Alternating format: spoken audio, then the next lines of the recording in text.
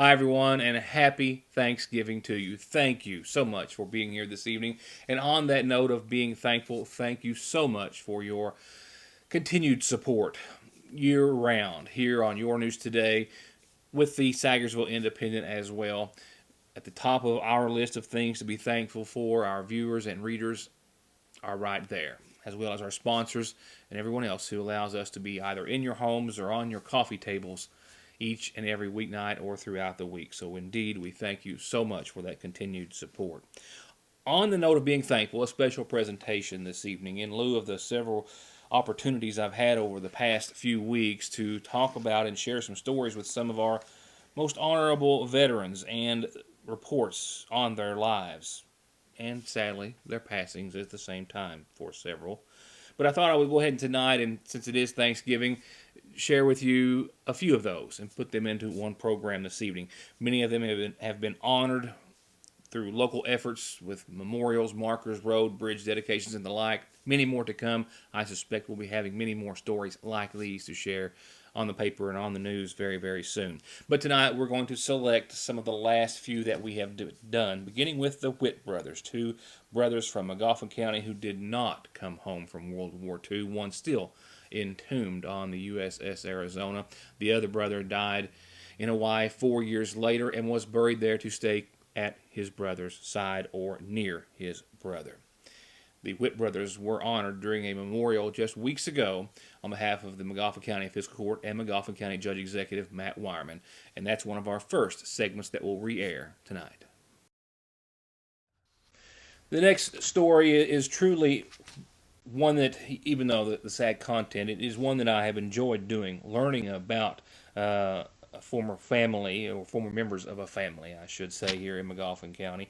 And it's been a bit overwhelming because, indeed, there is enough material here and information about their characters and their family and their lives and how they lost them to literally, I believe, make a major motion picture about the Whitt brothers and their family. Like many other McGoffin County sons, brothers William Byron Whitt and Forrest Whitt went off to World War II as boys who had just become young men in an instant. And sadly, they, like many other Americans, Kentuckians and McGoffin counties alike, Byron and Forrest never came home.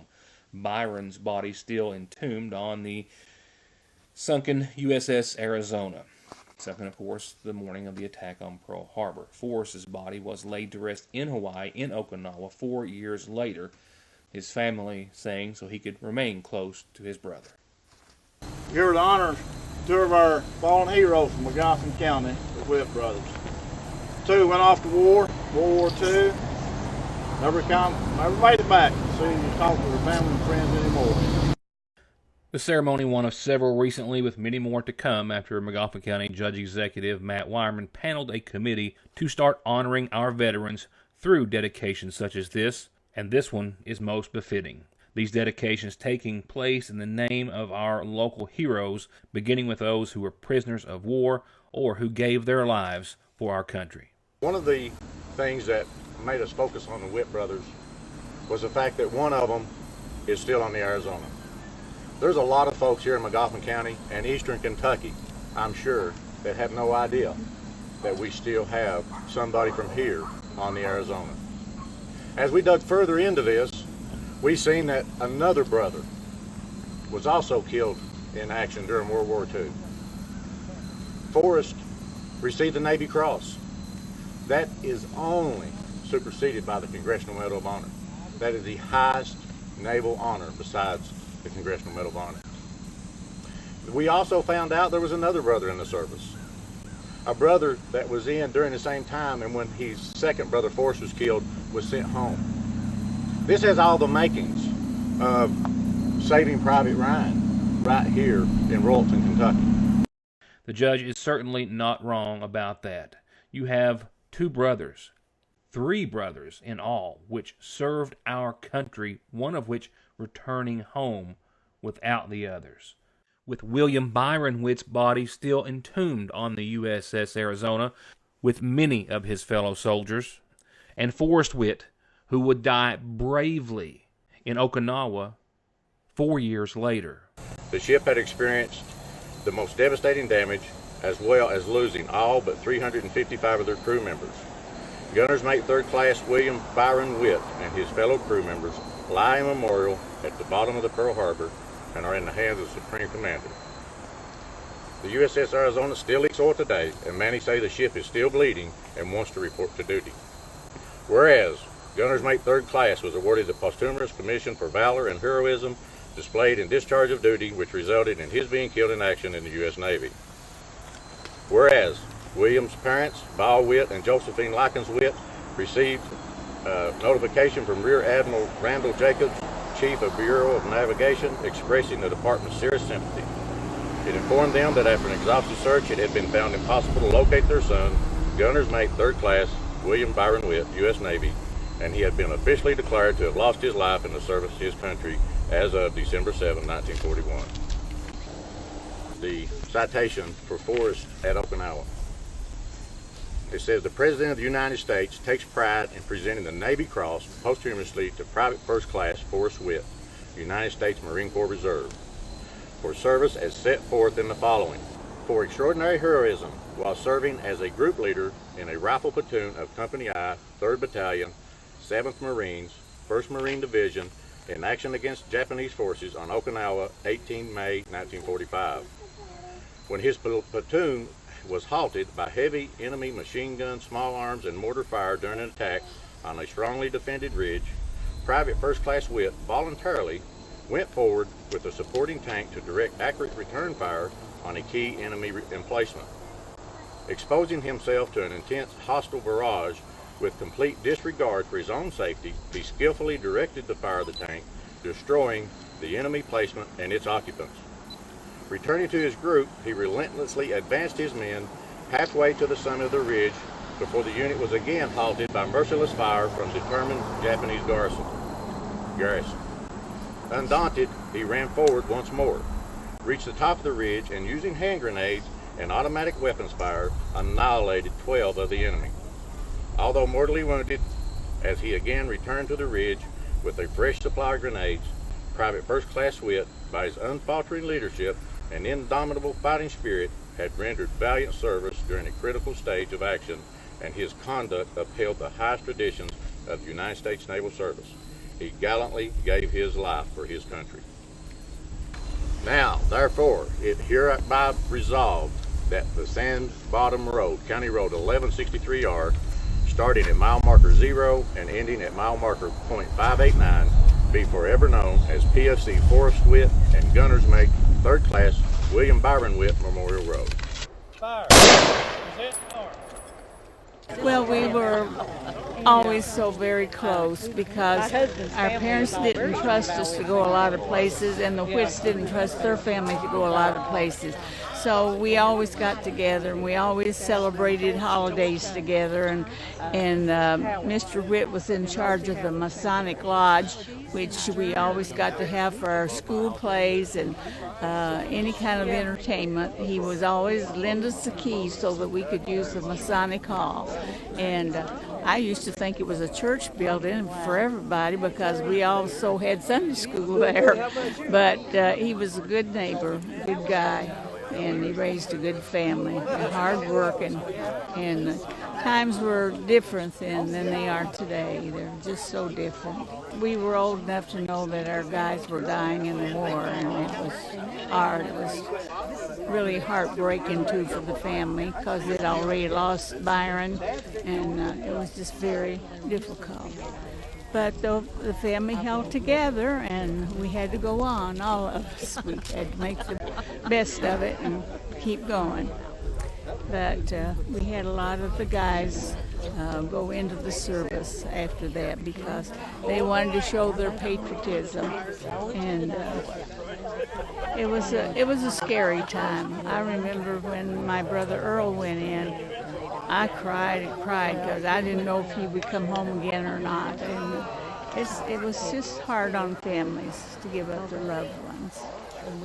I spent a lot of time here in Royalton growing up. When I got to be 10, 11, 12 years old, my parents would let me come over and spend summers with my mama and papa.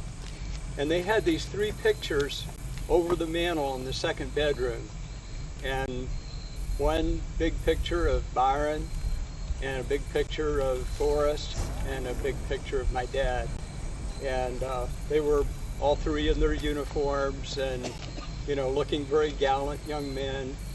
And I used to, lie there in that bed and looking at those pictures and just wondering about what kind of men they were and wishing I could have met them and known them at that time in their lives. Those pictures just always were very moving for me. I wish my parents could be here today and to see this. I know they would really appreciate it greatly. And, it's a really wonderful thing you're doing here.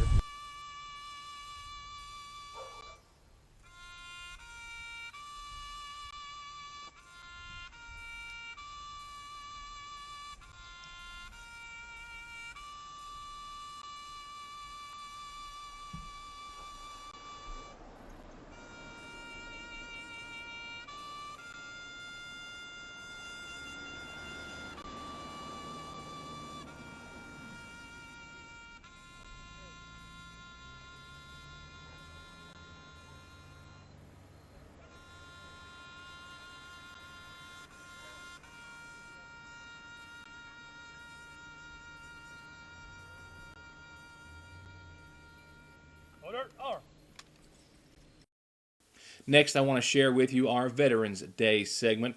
This Veterans Day, unlike any other that I have covered over the course of the 21 years I have been here, because for many of them, Henry Joseph was a big part of them. More often than not, as commander of our DAV, Chapter 15 here in Sagersville, until his passing just shortly before this past Veterans Day, during which he was certainly missed. Here's that Veterans Day segment as it aired on November the 11th. As has become customary for the past several years, the Magoffin County Veterans Day program was held at the Magoffin County High School before a large number of students. But this was different this year. An absence, a very significant absence felt today, as will be at all future events and endeavors held or conducted by our DAV Chapter 15 here in Magoffin County. An absence by the passing, or created by the passing of a man who will always be the commander, I am told. Henry Joseph held that and many other titles throughout his military and community career, and was deeply missed this Veterans Day as a man who was always front and center with his Chapter 15, and always, regardless of where he was, always there with a smile. Henry J. Joseph passed away on October the 29th, just several days ago.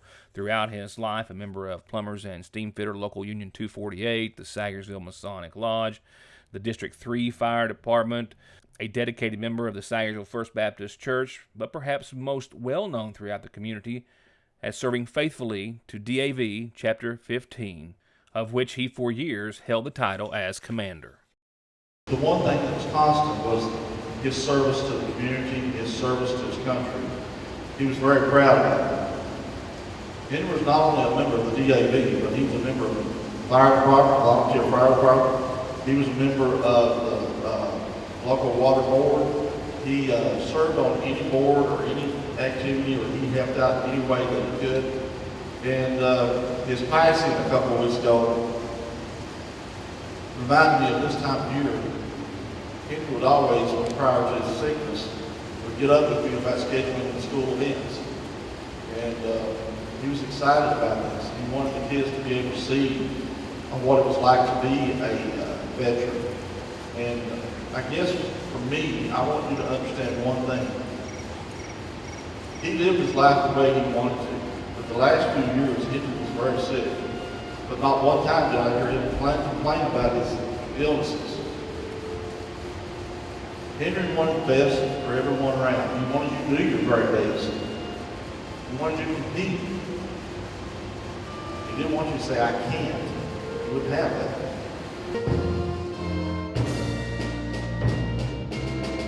Henry, through the years, was very inspirational to us all. And Henry was always the go-to guy. Henry would always have ideals for us to do, and most of the ideals was good ideals. But the unique thing about Henry was his ability to compromise on what his thoughts was. Henry would have a thought and discuss it with the chapter, and other people would come up with other things that he didn't think of. And to be a great leader, I think you need to be willing to listen to other people. And Henry had that about him. Speaking to the junior class of the McGoffin County High School, Judge Executive Matt Wireman urged those students and others to go home and talk to their families and learn about the military history within their own families, telling them that we as a community need to know of those who served and their stories, many of them heroic and still unknown, referring to the amazing details of the Whitt brothers and their recent honoring, and another example being Ray Fairchild, a Korean War veteran whose body is coming home later this month since leaving for war 69 years ago. And State Representative John Blanton spoke of how greatly Henry Joseph will be missed and the impact he made on his family, his community, and his country, and how we should all take time to honor him by paying forward the sacrifice and efforts that Henry and other veterans made. And while they all knew of and spoke fondly of Henry's dedication to his fellow veterans and his community and family, one, above all else, credits much of his military success to Henry's influence, growing up as a child and becoming a soldier. You know, my dad was in the military for 22 years in the Air Force. So there were times when he would have to go overseas and we would have to stay here. And whenever those periods came around, Henry was like my second father.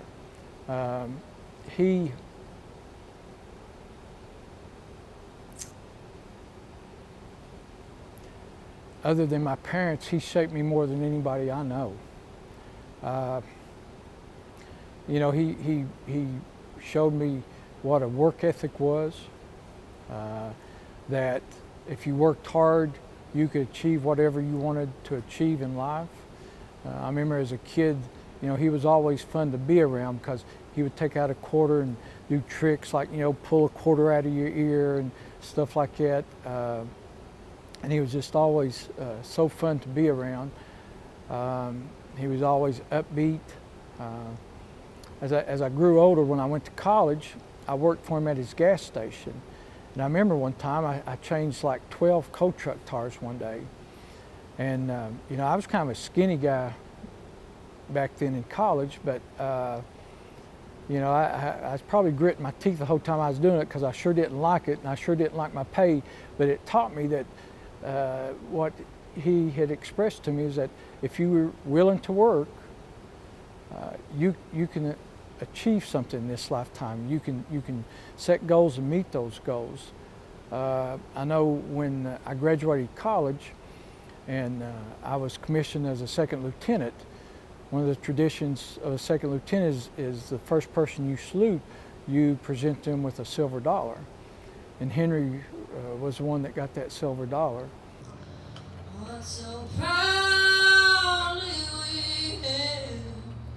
In the later years, I drew a lot of personal inspiration from Henry for seeing the battles that he went through in cancer. He just continued to go. As some of you may have seen the video, he would go carrying his oxygen tank, and he would go with a little pep in his step. And for us as a chapter, me as an individual, I just grew strength from that. And he'll be sadly missed. A man of Henry's stature, you don't replace, you just march on and open ranks. But he was truly a hardworking veteran. He loved his country, he loved his family, but most importantly, he loved God. And God, country, and family was what Henry stood for. Everybody loved Henry. I loved Henry. He was something else. He showed me how to drive the bus. He showed me how to put fuel in the bus. He he was grooming me to be the bus driver is what he was doing on the slide there. He loved music, and I love music too. And what a compliment of a guitarist that he was. Henry's personality, his persona, was just 100% positive. He would draw to the young kids, he would draw to the teenagers, he would draw to those that weren't so young, and he just loved people. Henry would just talk to you in a heartbeat. I'm sure there wasn't a stranger that Henry never met, because within a couple of minutes he knew something about them and he was telling them something about himself. He made whoever, not just myself, but whoever, welcome. That, you know, you as his friend and he was your friend.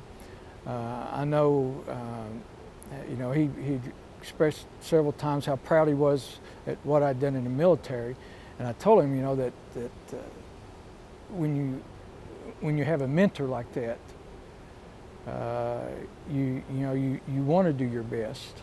In fact, Colonel Holbrook credits much of his military success, including the Legion of Merit, the highest peacetime decoration any military personnel can receive, to the influences from Henry Joseph. You know, I was very proud when I won it, because if it hadn't been for some of Henry's influence in my life, you know, I would have probably maybe been average, so to speak.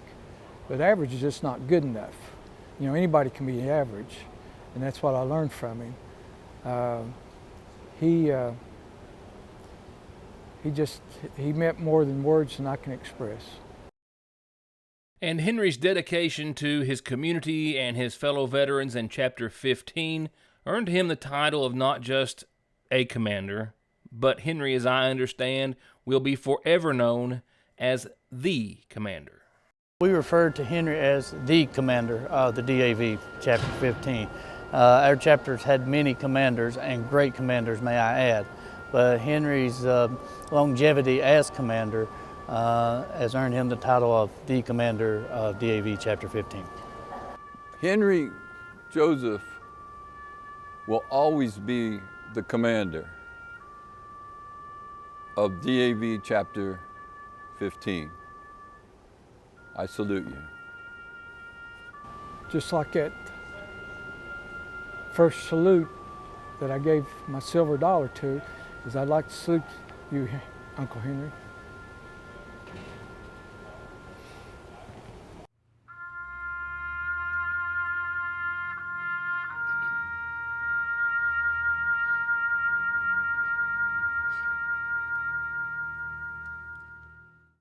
And lastly tonight, one more time, the story of Private First Class Ray Palmer Fairchild of Magoffin County, who had dreamed as a young boy and young man of becoming a Marine, which he did. He did not only not return home from the war, he also went unaccounted for nearly 7 decades, until just weeks ago, until his only surviving immediate relative, his brother John, was able to see him return home, and we all got to see services held in his honor. By now, most everyone in the viewing area, and really I think in the state at large as well, for the most part, has at least heard of the miraculous story of Ray Palmer Fairchild, Private First Class in the Marine Corps, who was killed in action and whose body went unaccounted for nearly 7 decades. We've been talking about this here since we first heard about it for weeks on the program and in the Sagersville Independent.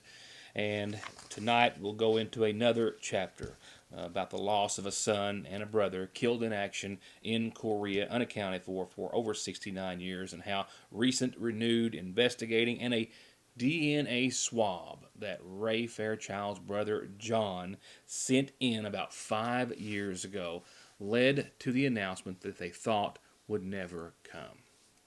Ray had always wanted to be in the service, and he tried to go in at one time, and he was a little bit too young. He couldn't get in, and he graduated from Centerville High School in 1947. He went in the Marines in July the 7th, 1948. He joined the Marines in Huntington, West Virginia. And at that time, He did his basic training in the States here, and then he was shipped to Japan, where he spent most of his career until he was shipped from there into Korea. When he was stationed in Japan, he had what they called a drum and bugle corps, and he led that. He was quite a musician. He liked that. He could have gone to Korea as a litter barrier, which they told the musicians they could do, but he decided no, he didn't want to carry his buddies out, he wanted to fight. So he was in the infantry and went all the way from the southern part of Korea to the northern part. John says his brother was in Korea for about 6 months and among the very first of troops to go in. And they corresponded on and off through letters until Fanny Patrick, the telephone operator here locally in Sagersville at the time, came knocking on the Fairchild's door with a telegram confirming what initially felt like the worst of news, that Ray was killed in Korea. The worst news perhaps came even later and then remained for the rest of their parents' lives, that of their late sister Bonnie, and until just weeks ago. That news that Ray had been killed in action but was unaccounted for, and would be for 69 years. When we first got it, they really didn't tell us that he was killed in action at the time. But as time went on, a short period of time, news did come to us that he had been killed in action. When these troops were taken into Udam to the city to be buried, that's when we basically got the full notice that he had been killed in action at that time. And of course, it was some time later that we talked to his friend that was with him at his passing. And it was several months after, probably a year before we really got in contact with this fella, or he got in contact with my mom and dad and wanted to talk to us. So we visited him, and he told us about my brother. He was with him. That Marine, now 90-year-old Freddie Fletcher of Jacksonville, North Carolina, who I hope to talk to in our next segment that I'll air following tomorrow's services. Services that will follow a day that I find few words to describe, as yesterday I and hundreds of others witnessed a hometown son's flag-draped casket being brought home, coming back to his brother. What we're looking at here, when they buried these soldiers in the common grave in Udam, when they buried him there, when they went back in there and retrieved them, then they brought them out to some other places like Japan, and they kind of sorted them out, evidently the way the statements are made in the booklet. And then they went from there to Honolulu, Hawaii. And that is basically, we're looking in the last 3 years of them getting down to the facts of finding out who the lost soldiers were through DNA and dental records and things like that. And that's basically how they identified my brother, was dental records, and his DNA were matching, which I sent in about 5 years ago. A saliva DNA on a swab is all it took. And I haven't heard from them until now. They never got back with me or anything. And now I hear it one evening at 8:30. You couldn't ask for anything any better after waiting all these years thinking about it. Try that. Try waiting 69 years, hoping that one day your brother will come home. And sure enough, he did. He is. He most certainly is home. Home after the trip of a lifetime yesterday. And not just for John and his wife and son and other family members, but for the Korean War veterans, the Koreans and representatives of the Korean government, the veterans and men and women and children of Rolling Thunder. even the passengers aboard the Delta Airlines flight that brought Ray home, and even those gazing out onto the tarmac. This guy, as far as I'm concerned, is a brother, and all these Marines that came tonight, he's a brother for them. They just wanted to welcome him home. As I feel emotional right now, but for the last couple days, every time I think of him, I wake up in the morning and I think of him and his brother, and I cry. And I've cried off and on today because I know what he went through. And I'm just glad he's home, and I'm so pleased that all these people from Korea are coming here to welcome him home. Hoorah! Yeah, thank you for your brother's service. Yes. And also, this banner and the certificate is from General Choi from Korea. So, yeah, present this medal and certificate for your brother's service. Thank you. Thanks so much for serving Korea during the Korean War. Thank you, sir. And while there is more to tonight's story, the following is a powerful 45 seconds of last night's journey.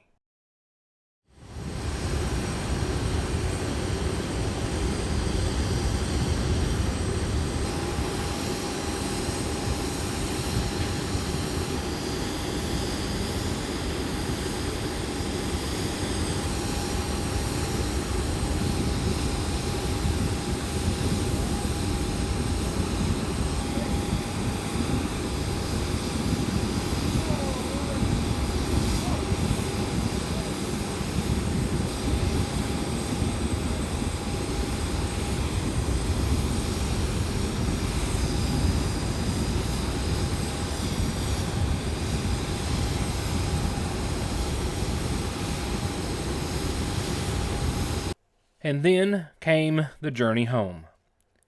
From the Fayette County Sheriff's Department, escorting the Fairchilds, literally blocking off each and every ramp, red light, and exit, all the way from the Bluegrass Airport to the Fayette County line, to the other counties whose police, fire, EMS, and veterans waited to show their respects to this Kentucky Marine finally reunited with his family and coming home, to those of his hometown that embraced him last night as well.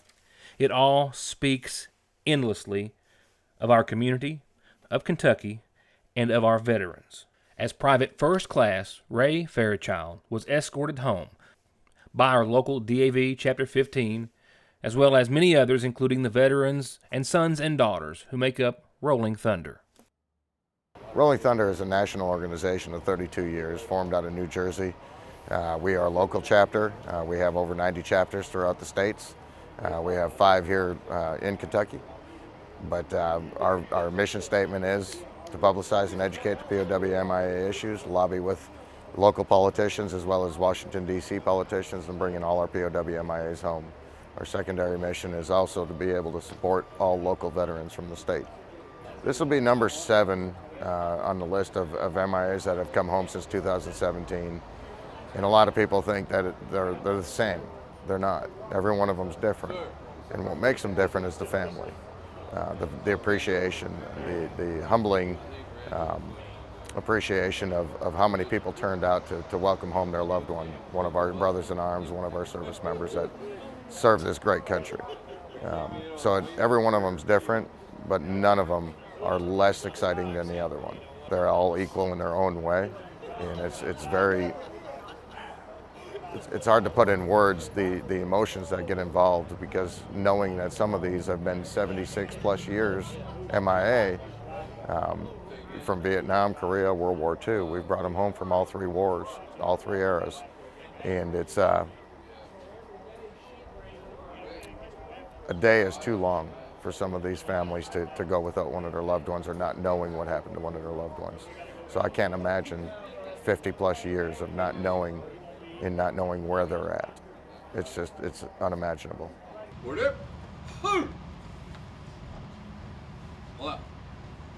Just as there is no way to list all the organizations and departments and individuals who came to honor the life and service and coming home of Ray Fairchild, there's no way to thank them all either. I do want to specifically mention, however, Magoffin County Sheriff's Deputy Reggie Gosser, who, along with our DAV Chapter 15, made the trip to the Bluegrass Airport and led the escort home. And John Fairchild, Ray's surviving brother, says he finds it hard to find words adequate enough to show his love and respect for all those who came to honor his brother, saying that certainly includes Ray's fellow Marines who carried him to his final resting place.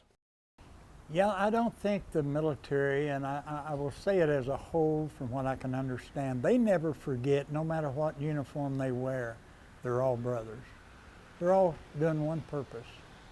And the Marines are very colorful.